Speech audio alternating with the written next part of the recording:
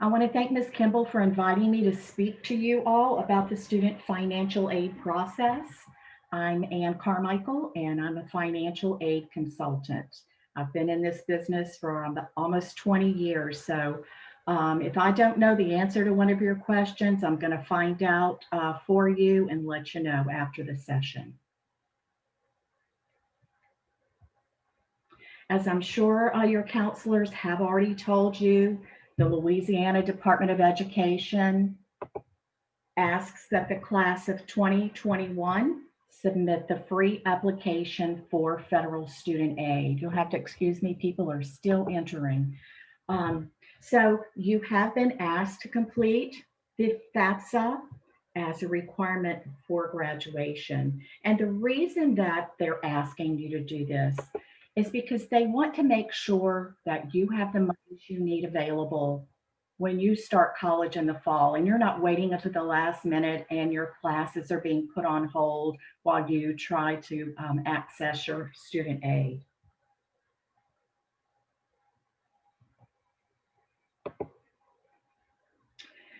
So, as your parents will be able to tell you, college can be expensive. So, we just want to make sure that you're preparing for school and you're understanding the costs associated with a post secondary education.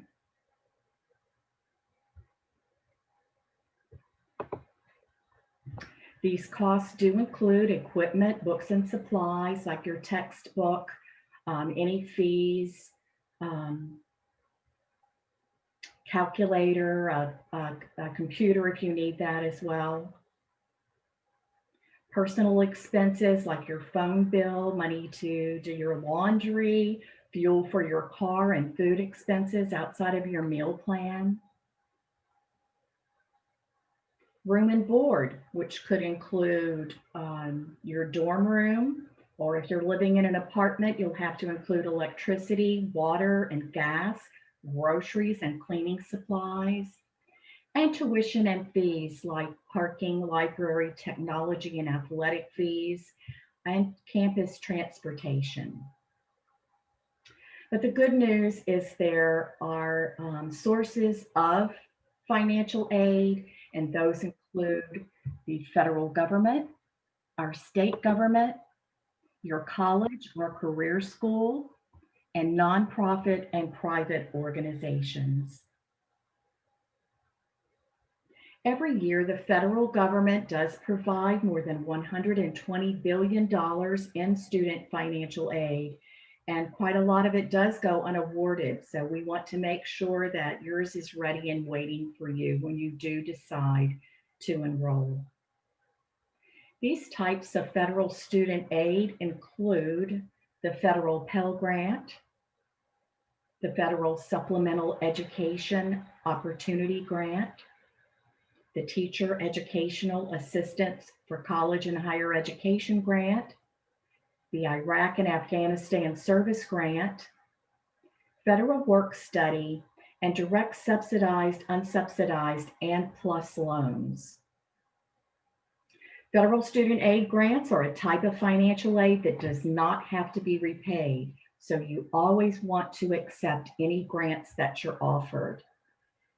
And as I mentioned, these include the Pell Grant. They're for undergraduates with financial need. The FSEOGs are for undergraduate students with exceptional financial need. Then your service grants for students of military parents who died defending the country following 9/11. And teach grants for students pursuing a teaching career.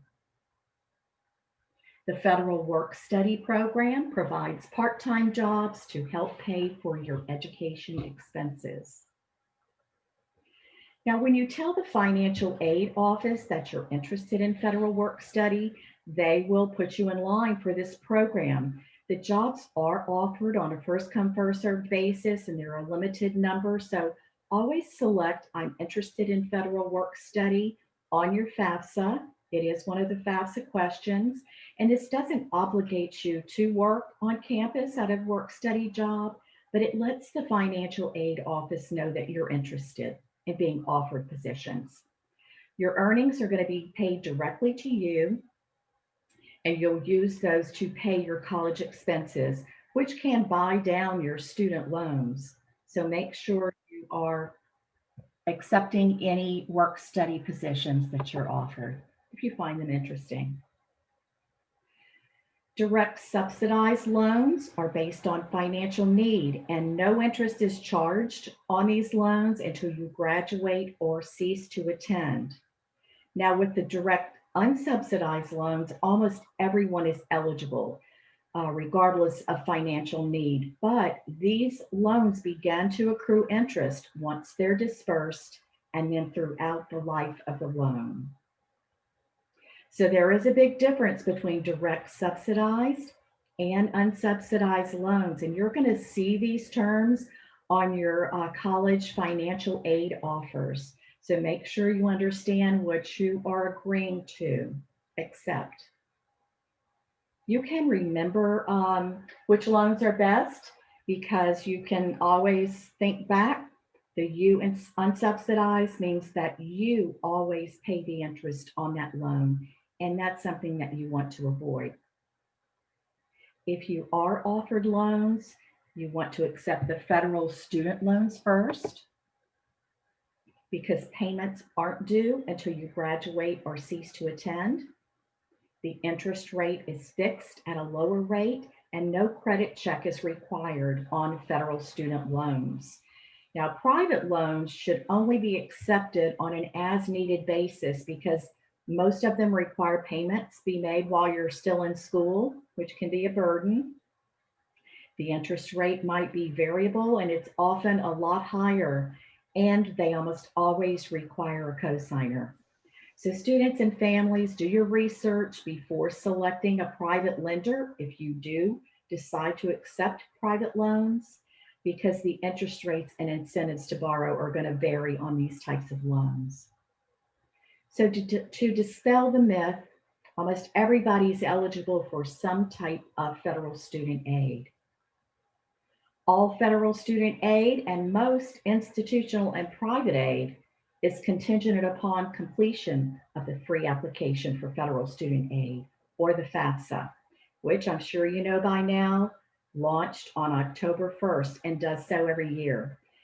Student financial aid is awarded on a first come, first served basis, so you want to submit your FAFSA as soon as possible.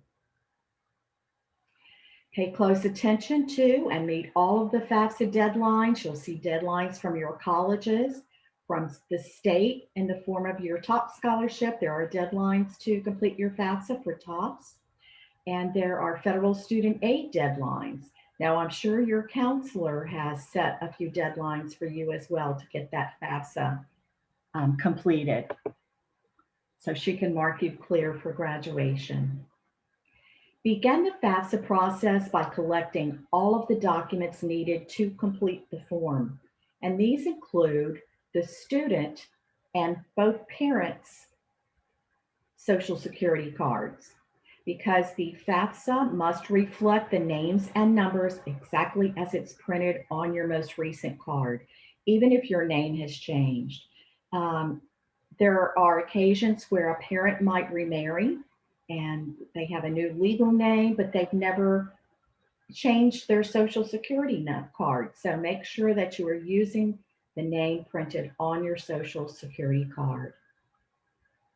You'll need the 2019 federal income tax returns, because to use the Internal Revenue data retrieval tool, you must enter your name and address exactly as it's printed on the tax return. Even if your name has been misspelled, and we've seen this quite often, or you've moved since you filed this return, you need to enter exactly what's on this tax return once you get to the IRS data retrieval tool to be able to report your income. If you don't have a copy of your return from 2019, you'll want to contact your tax preparer for a duplicate copy, or you can go to the IRS site and request a tax transcript. You'll need your W-2s because there's information on this form that might not be listed on your federal tax return, and bank statements and records of investments, because you're going to be asked to report the balances of these accounts as of the date you submit your FAFSA. So you want to begin by creating the Federal Student Aid ID. It allows students and parents to identify themselves electronically when accessing federal student aid websites, such as the FAFSA. The ID is going to consist of a unique username and password that you create, and it needs to reflect only your personal information. Each student and one parent should create an ID by visiting the federal website, fsaid.ed.gov. Remember, only your email address and your phone number should be listed in your ID. Quite often, we'll see that a student might use a parent's mobile number, even if it's just as the alternate phone number. And that's vice versa. Sometimes the parent uses the student's mobile phone. If you do not have an alternate phone, go ahead and leave that field blank, but don't share any information because this can cause trouble when you are trying to electronically sign your FAFSA. Your FSA ID username and password is your official electronic signature. So please record it and keep it in a safe place. If you don't have access to a computer, download the FAFSA mobile app called My Student Aid to submit your FAFSA on your mobile phone or on another device.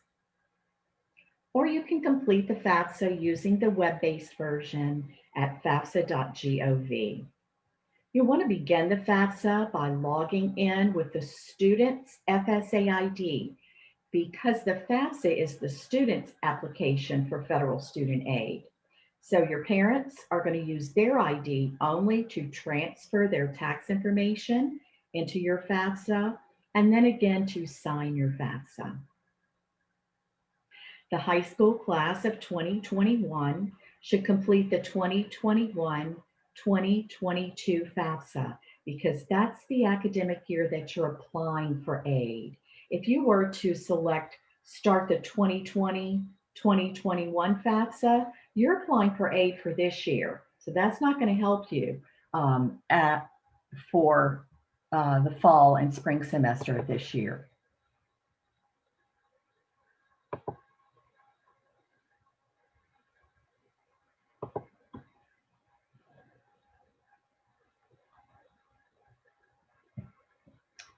There are 8 sections of the FAFSA that need to be completed before being submitted.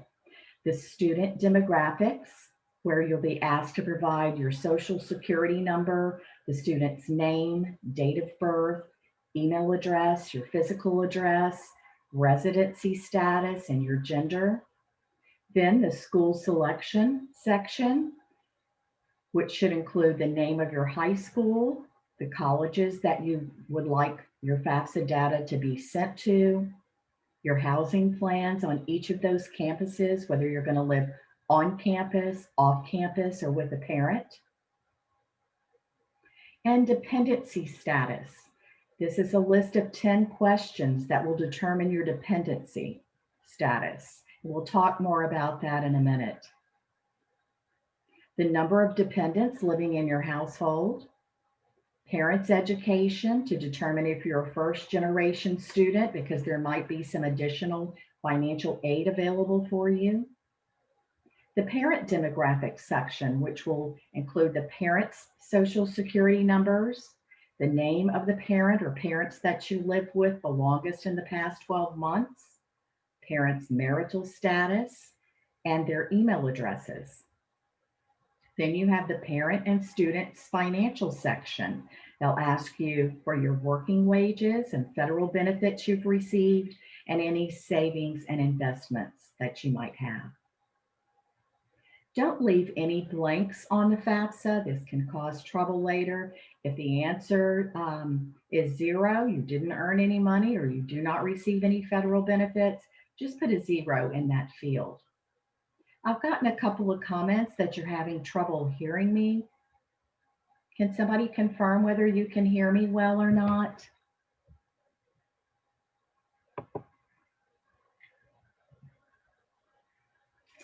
Okay.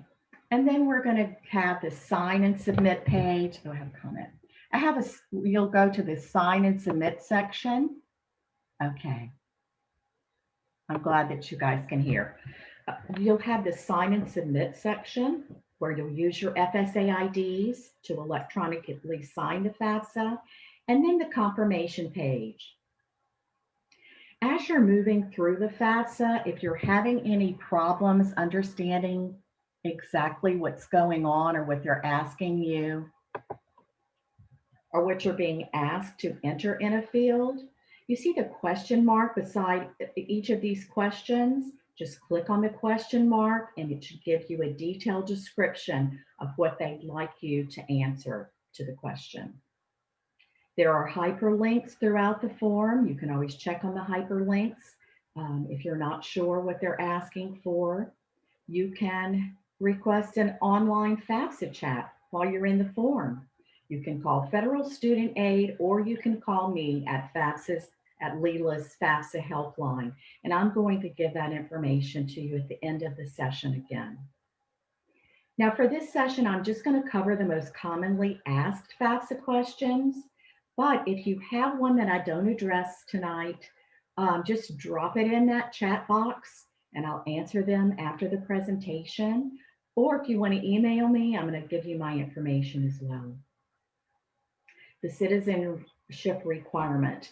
Now, a student must be a citizen or an eligible non-citizen. And if you're not sure what an eligible non-citizen is, there is a hyperlink within the FAFSA form for you to review. Now, if a student is an eligible non-citizen or a citizen, but their parents are not, that's fine. You can still complete your FAFSA, but your parents are going to enter zeros in the form anytime they're asked for a social security number.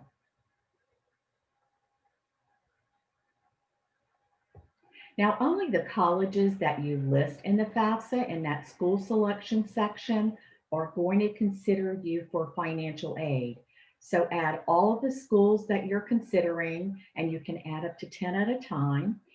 If you're planning to apply to more than 10 schools, there are some instructions here in this section that you'll want to follow to make sure that all of your schools receive your FAFSA data.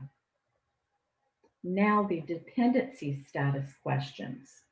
These can be tricky, so I'd like to go over each of them. First, will you be 24 or older by January 1st of the year for which you are applying for financial aid? Are you married or separated but not divorced? Will you be working on a graduate degree? Do you have children who receive more than half of their support from you? Do you have dependents other than children or a spouse who live with you and receive more than half of their support from you?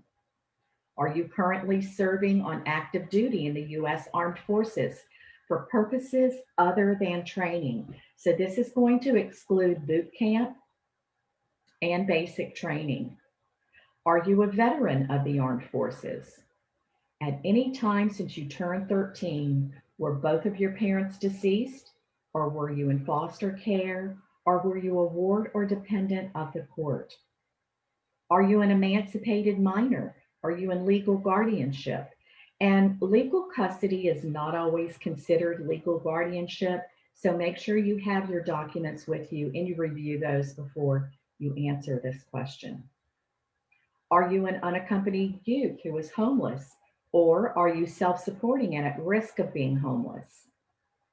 If you can answer yes to just one of these questions and you can provide a legal document supporting your claim, you're considered an independent student for FAFSA purposes.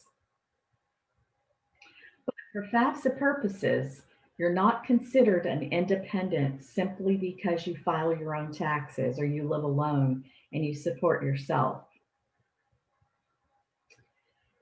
Then, who is my parent when I fill out the FAFSA? The parent or parents that you've lived with the longest in the past 12 months should be listed on your FAFSA. So if you live with both of your biological parents, you'll want to list both of them. If you lived If the parent you lived with the longest in the past 12 months is separated, divorced, or was never married, then you should list that parent on the FAFSA only. However, if that parent is now remarried, you should include his or her spouse as well.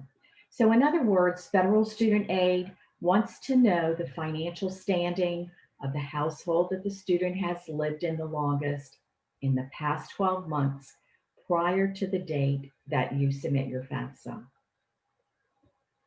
If you're identified as a dependent student, but your parents will not provide their information on your FAFSA, you'll want to just state that you're unable to provide information about your parents, you don't have a special circumstance, and then go ahead and submit your FAFSA without parental data.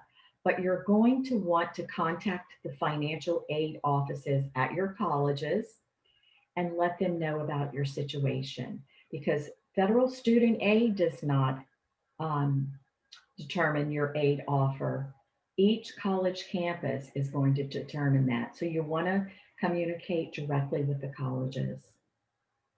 To expedite the processing of your FAFSA, make sure that the students and parents are trying to use the IRS data retrieval tool to move your tax info from the IRS directly into the FAFSA. And if you're having trouble with this, just give us a call at Leela's FAFSA helpline, or you can call Federal Student Aid, because this is a really important step that you don't want to skip.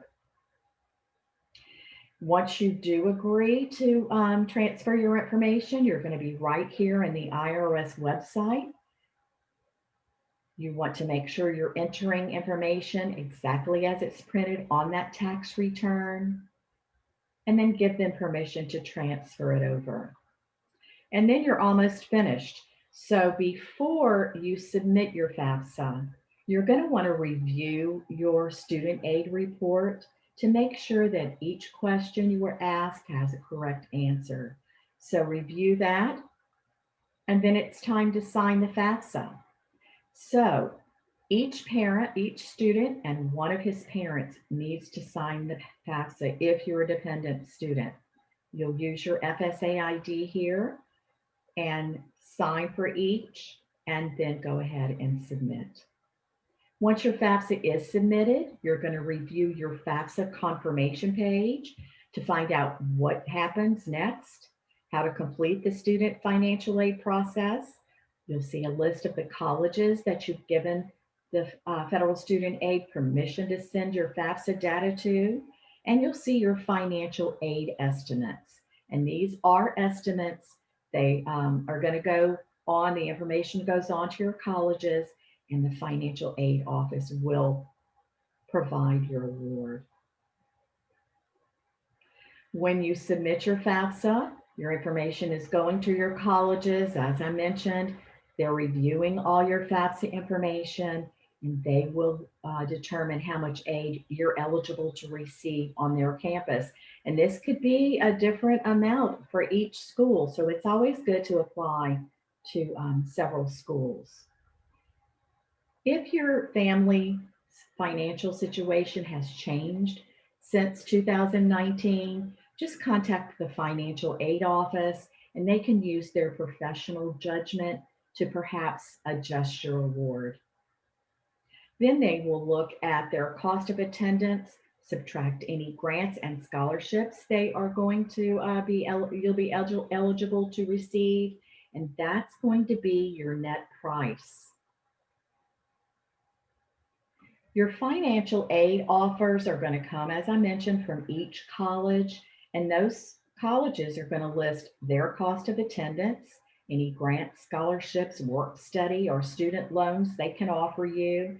And then you'll get an idea of how much money you might have to pay out of pocket. And that's where you make the decision. Are you going to pay it in cash, or are you going to accept student loans to be able to pay for your academic year? You always want to accept the scholarships and grants first. This is gift aid that doesn't need to be repaid. Federal work study is earned money that does not have to be paid back. And then your student loans which is borrowed money that you have to repay and with interest. The student financial aid process is explained in detail in Leela's FAFSA completion guide and workbook. It's free for Louisiana high school seniors. I'm sure your counselor has already distributed it to you, but if you have not received your copy, just send me an email. I'm going to give you my email address at the end of the session, and use our senior checklist to stay on track. I'll include this as well with our FAFSA guide. Now, most importantly are scholarships, and I hope you're all already beginning your scholarship search, because there are thousands of scholarships. They're offered by schools and nonprofits, professional and social organizations. They can be merit-based and awarded on academic achievement or special interest or talent that you might have.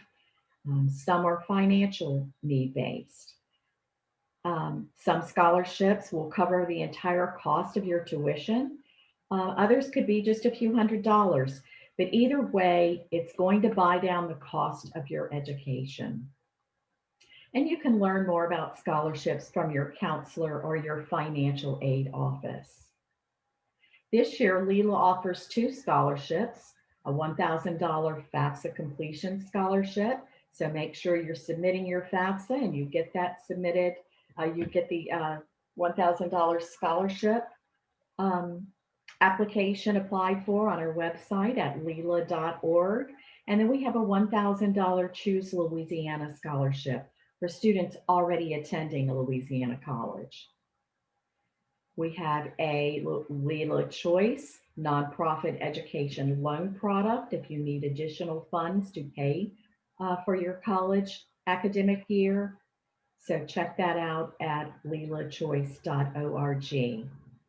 Now, your questions are always welcomed, and now's the time to do that. If you haven't already dropped your questions into the chat box, I'll give you a little bit of time to do that, and I'll begin to answer those.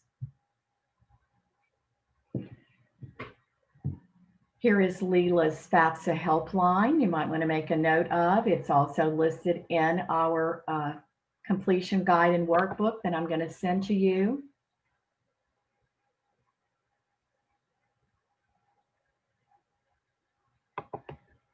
And my email address if you want to speak to me independently.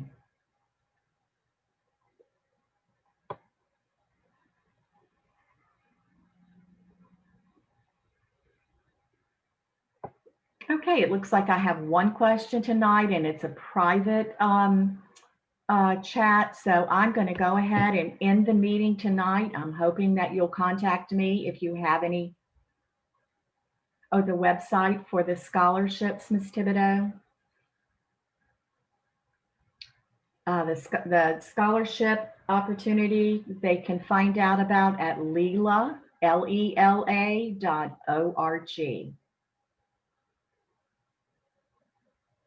And if you'll shoot me an email, I'll be glad to send you some other scholarship opportunities that we found out about. Can you add other colleges after you've submitted your FAFSA? And that's a great question. You can always go back at any time and update your FAFSA.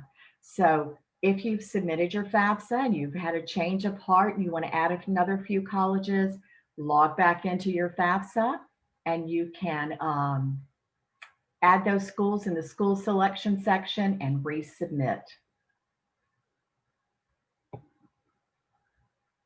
Miss Monica, I'm going to send you a FAFSA completion workbook right after the session, so get ready for it. Yes, at the beginning I did mention that TOPS or FAFSA needs to be done. If you are not going to be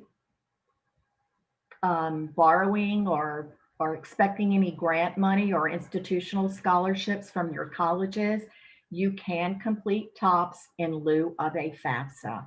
But just remember that a lot of colleges use that FAFSA to initiate institutional aid as well.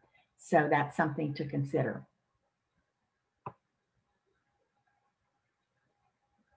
How do you receive the financial aid from each college and when? Rachel, that's a good question. You will receive a financial aid award letter from each college once you've met their admissions guidelines, and they will let you know how much they're going to offer you. You might have a full ride at one college, and you might have to end up borrowing to attend another college. So it's always good to apply to as many colleges as you think you're interested in. Those colleges each have their own financial aid timeline, so you will hear from them independently. Some you'll hear from in December. If you're doing early admissions, you might hear from them in December with an aid award. Some will wait until the spring to offer you your financial aid. Every college has their own timeline. What happens when, what happens or what can I do if you have a parent that is deceased recently? If you have a parent that's deceased, and I'm very sorry to hear about that, you will use the information of your parent that is still with you. That parent will be listed on the FAFSA. And if you want to talk to me individually about that situation, be sure and give me a call or send me an email. So to clarify, you can only apply for TOPS or FAFSA, not both.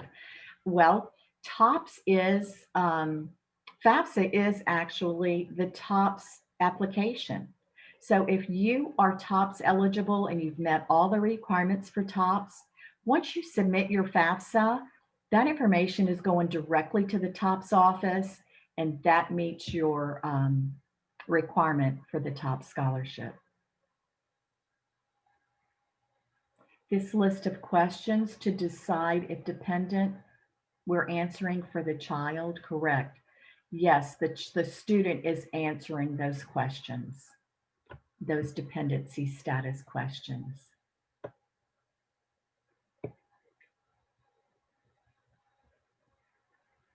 Those were some really good questions. Is TOPS financial based or merit? TOPS is merit based. It is not financial based. So no matter what kind of earnings your parents have, if you worked hard and you met those TOPS requirements, your TOPS scholarship is going to be there for you.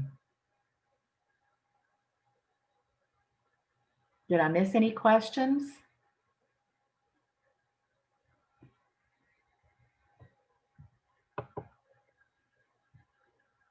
Okay. Chris, I'm going to answer this private question, or if you want to speak to me privately, I'm going to go ahead and close out this session, and I'll wait to hear from you at my email address.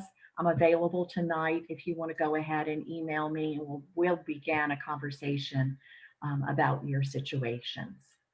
Okay, so thanks so much for having me. You guys stay safe down there. I'm actually from Lafayette, and all my family is down there, so I'm watching the situation pretty closely, and please take care. Thanks again for having me.